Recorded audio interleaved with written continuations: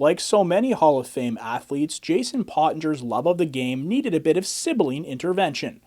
It was while watching older brother Matthew play football that he was first introduced to the game that would bring him so much in life. My dad always brings up the moment that he remembers me tugging on his arm, asking him if I can play football the following year. And of course he said yes, and following year joined up with the Hawkeyes, and really it was that first year that I fell in love with the game, and it just took over my sports world. Stopped playing baseball, stopped playing hockey, and it was just basically football from there. Anderson Collegiate did not have football. Crosstown rivals Henry Street did. The red and black of the Raiders was traded in for the purple and gold of the Hawks. From there, it was on to a glorious career at McMaster University, as Pottinger and his Marauders were always the class of football in Ontario. We won the Yates Cup my first 2 years. So 2002, 2003, my first 2 years, Yates Cup champions. We lost in the semifinals both times to St. Mary's the first year. Of course, Dave Stala and a bunch of future CFL greats were on the team at that time.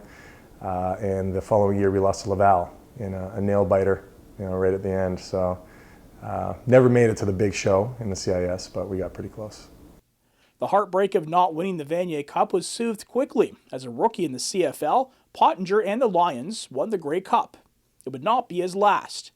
A trade to the Toronto Argonauts would bring him home.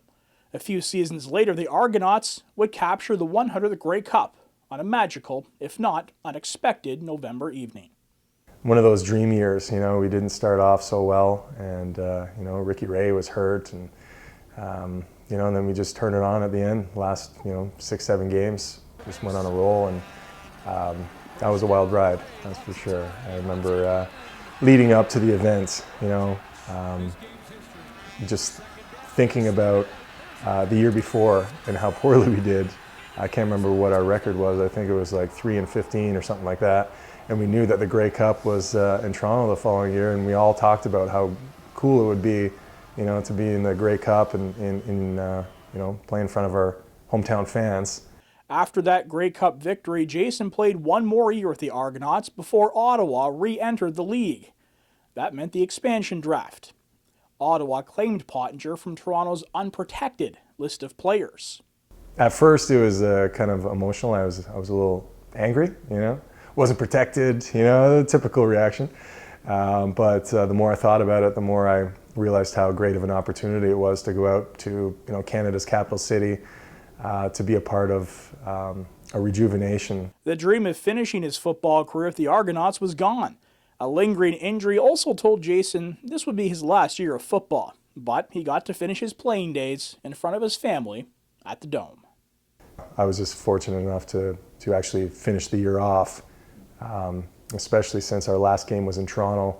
I didn't want to miss that game, and I was able to fight through it, and so it all came together in the end.